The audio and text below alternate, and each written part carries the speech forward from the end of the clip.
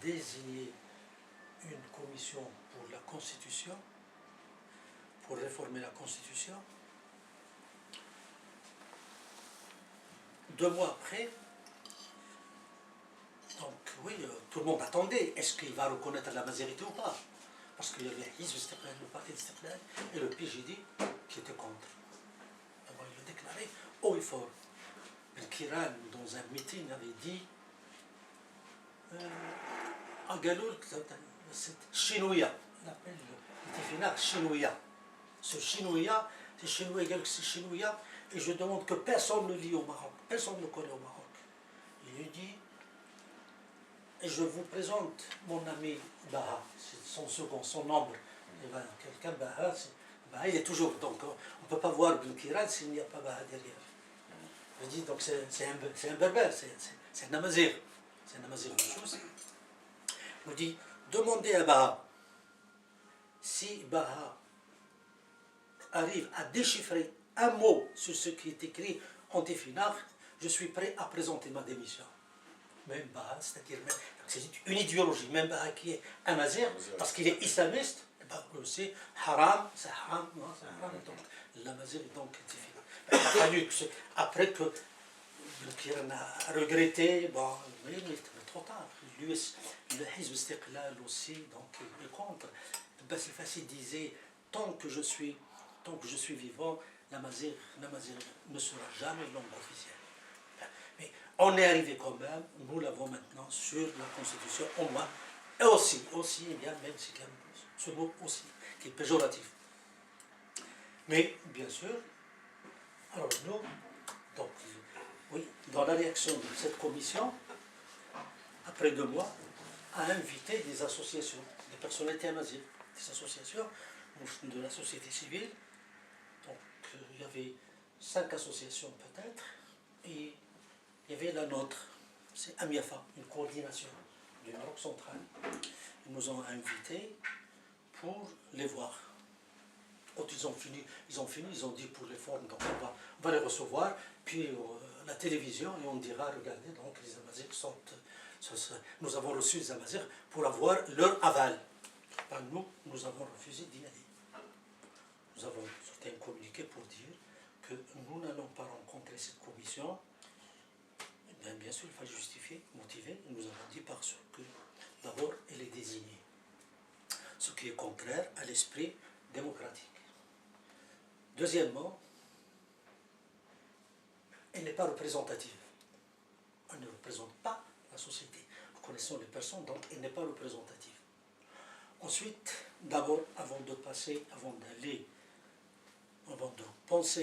à réformer la Constitution, il y a un travail préalable qui doit être fait, c'est nous voulons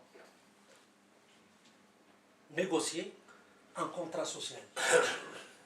Ce contrat social qui va définir qui sommes-nous, qui sont les habitants de cette...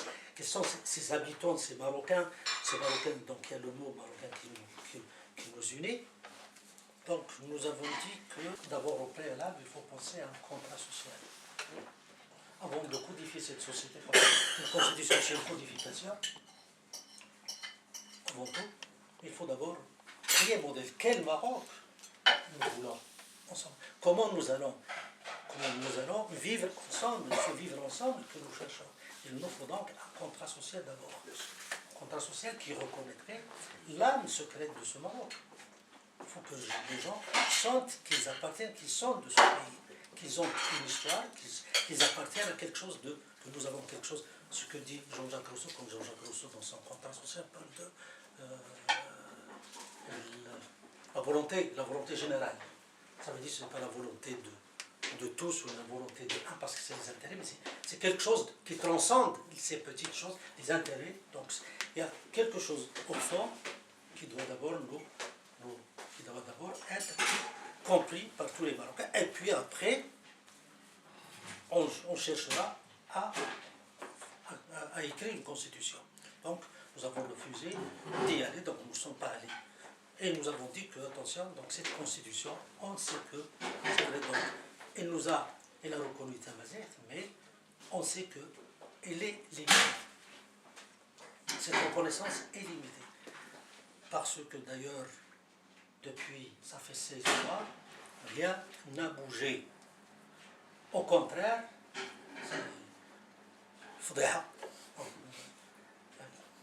c'est Taba Amran, une dame qui est parlementaire, c'est une chanteuse, une grande chanteuse. Cette dame a osé, parlementaire, donc elle est représentante, elle était élue, elle a posé une question à l'intérieur des bâtiments de la démocratie. Masjid démocratique, masjid démocratique. Dans l'absolu, donc, elle a posé la question au ministère de l'Éducation nationale. La question était, tout le monde a applaudi, hein, surtout les Amazirs, je crois les Amazirs qui attendaient ça, parce que pour ça leur fait chaud, parce que c'est leur institution. Parce que nous avons, les uns et les autres, nous avons chacun selon sa conscience, donc nous avons des positions donc, différentes des Marocains, mais tout le monde dit au moins, c'est notre Parlement, hein, donc pensez à l'homme moyen, donc c'est notre Parlement, donc les Berbères ont vu au moins au Parlement on pose la question en tamazight. C'était quelque chose qui leur faisait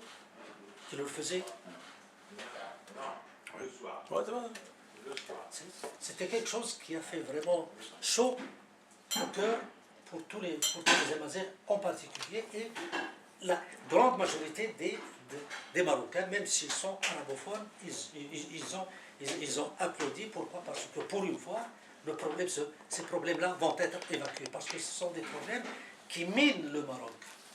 La non-reconnaissance de l'identité, d'une culture de la majorité des Marocains, c'est quelque chose qui risque pourtant d'exploser un jour ou l'autre.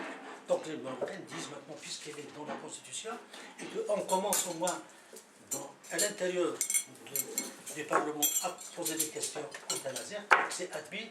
Ben donc ça, c'est vrai, donc cette constitutionnalisation est une avancée. Alors, tout le monde a applaudi, mais une semaine après, le Parlement publie la décision après discussion de cette question en tamazight. Alors, ils ont pris la décision d'interdire aux parlementaires, interdire, comme je dis, à l'intérieur, ça veut dire qu'il n'y a que des parlementaires, d'interdire l'usage de tamazight au Parlement. Et j'ai une question, parce que vous avez dit à un moment donné, en fait, quand vous avez démissionné de l'ERCAM, vous avez dit tout simplement que l'Amazirt, sans la consécration constitutionnelle, c'est-à-dire sa constitutionnalité Amazirt, l'identité Amazirt ne recouvrira jamais ses droits légitimes. Maintenant que la constitutionnalisation de Tamazirt est quelque chose qui... Voilà, c'est un fait, c'est écrit. Qu'est-ce qu'il en est exactement? Bon, il en est, je te donne donc un exemple pratique. Ouais. C'est qu'on a un exemple pratique, on a interdit aux parlementaires de parler tamazight à l'ombre de ce dostor, de cette constitution, et à l'intérieur des établissements, d'un établissement, c'est ça, à l'intérieur, ils refusent, donc ils ont interdit l'usage de la mazérité. Voilà, donc c'est les contradictions. Moi, je parle des contradictions que vit le système actuellement. Et ça veut dire, il est où le problème, en fait? Il est où le problème? Est-ce que c'est quoi? Donc, le sens de la constitutionnalisation n'a pas de sens quand il s'agit de tamazight. Donc rien n'a changé pour tamazight. Le texte écrit, c'est vrai, a dit que tamazight est une langue officielle, mais puisqu'elle est officielle, et jusqu'à présent on attend donc de lois organiques, ça veut dire des lois organiques, ça veut dire c'est la loi qui organise les services publics, qui détermine la manière de la mise en application de cette constitutionnalisation. Jusqu'à présent, il n'y a rien depuis 16 mois, donc il n'y a rien. À chaque fois, on dit, oui, on attend la loi organique. N'arrive pas. Et pire, moi je vous dis, pire quand je vous dis l'exemple de Tabar Amrant, qui a parlé, puisque à l'ombre de la Constitution, ça veut dire que l'on doit applaudir et puis c'est tout. Mais une semaine après, ils ont discuté, dire non, donc Tamazight ne doit pas être, on ne doit pas utiliser Tamazight. Alors quelle Constitution donc c'est annulé là. Sur les textes, c'est écrit constitutionnalisation, mais dans les faits, il n'y a pas de constitution. C'est-à-dire en fait au niveau du blocage, où ça se situe le blocage en fait, le blocage pour que la constitutionnelle du Saint-Tamazight soit quelque chose d'effectif aussi bien dans les textes que dans la vie publique, dans les médias, dans le discours des gens, etc. Le blocage se situe où? C'est le gouvernement. C'est le gouvernement parce que le gouvernement qui doit établir ces lois organiques qui vont définir et déterminer le processus et les modalités d'entrée, d'appliquer la majorité à l'enseignement, la communication, puis dans les autres services publics. Mais jusqu'à présent, il n'y a rien. Donc voilà, il suffit de dire, ah, ça y est maintenant, Tamazight est en tant que projet de loi. Mais le Parlement aussi peut faire des propositions de loi, puisqu'il y a beaucoup d'Amazirs dans le Parlement. Donc ça bloque aussi au niveau du Parlement. Mais, oui, c'est... On peut faire une proposition de loi au gouvernement et voir... Oui, c'est... Oui. Voilà, mais rien n'est fait, parce que nous jusqu'à présent, rien n'est fait. Rien. C'est des fonctions. C'est ça ce que je voulais dire. Donc, si j'ai bien compris, M. Ajaja, Oui.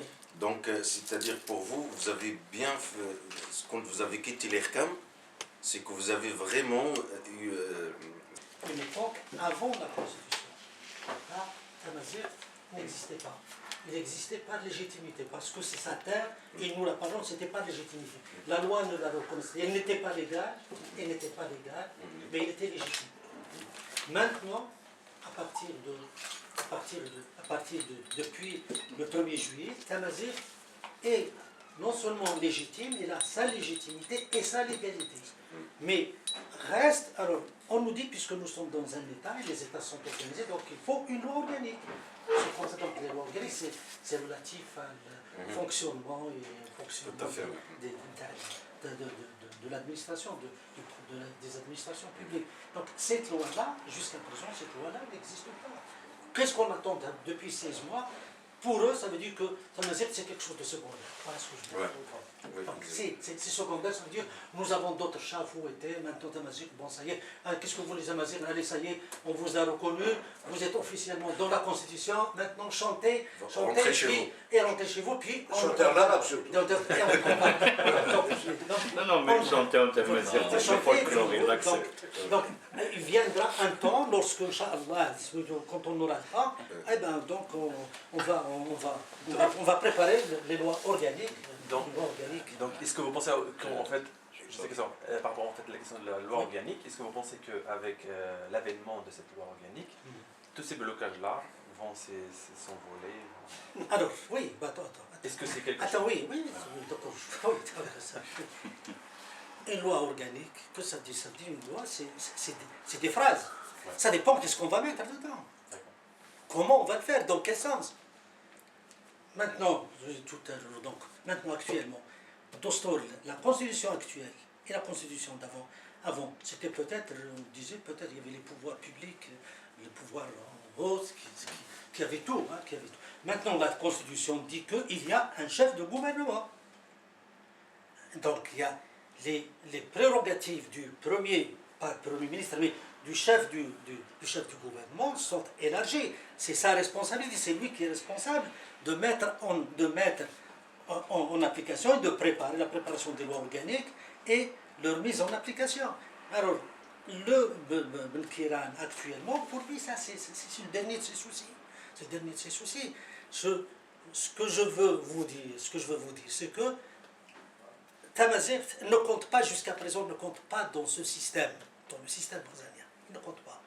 C'est un petit peu parce que les gens, là, les gens quand vous avez des familles, qui sont dans les dédales du Brésil. Le Brésil, c'est très, très, très compliqué. Hein, très compliqué. Il y a des gens parfois simples, mais qui risquent, qui ont la capacité de vous casser. Donc, le Brésil, c'est quelque chose de très de difficile à décrypter, à cerner. Et vous avez ces familles-là qui sont dans tous les centres de décision. Ils ne le seront jamais, jusqu'à présent, s'il n'y a pas une volonté, s'il n'y a pas quelque chose qui soit une volonté des Imazirs et des démocrates de dire que, attention, Tamazirt, c'est quelque chose qui risque à terme de faire exploser la situation. Donc, prenons en compte ces Tamazirt. Et une fois que Tamazirt est prise en considération, il n'y a pas que l'aura simplement, mais il y a aussi les terres. Mais quand vous voyez, je vous dis, il y a ces terres, donc ces lois maintenant, les lois qui nous forment, les lois les terres collectives, l'agriculture, les mines, la forêt, le bhar, ce sont des lois qui ont été établies au temps du protectorat. Puisque nous sommes indépendants depuis 1956, ces lois ne doivent pas exister, ne doivent plus exister. Maintenant, qu'est-ce qu'ils ont fait? On les a marocanisées et on continue. Donc c'est une marocanisation des lois qui ont été... Donc ces plaines, ces terres, ces forêts, ces richesses, ils ont des propriétaires légitimes. Ce sont ces propriétaires légitimes. Un jour, donc il y avait... D'ailleurs, il y a, comme vous le savez, en 2007, les Nations Unies, ils ont signé une déclaration des droits des peuples autochtones. Et ils donnent droit aux peuples qui ont été spoliés au temps du protectorat, ils ne parlent pas du Maroc, de tous les pays du monde. Ils ont le droit de récupérer leurs terres, ou du moins d'être indemnisés. Donc la mazérité, donc si on reconnaît la mazérité, ce n'est pas uniquement pour parler d'amazir, c'est parce que les gens ont besoin aussi de leur droit, il faut qu'ils mangent. C'est-à-dire de notre manière, si vous me permettez. Économique, les droits économiques et Voilà, sociaux. Les droits économiques et sociaux. On va pas aller loin en 70. Écrit un plan pour les lois organiques, par exemple.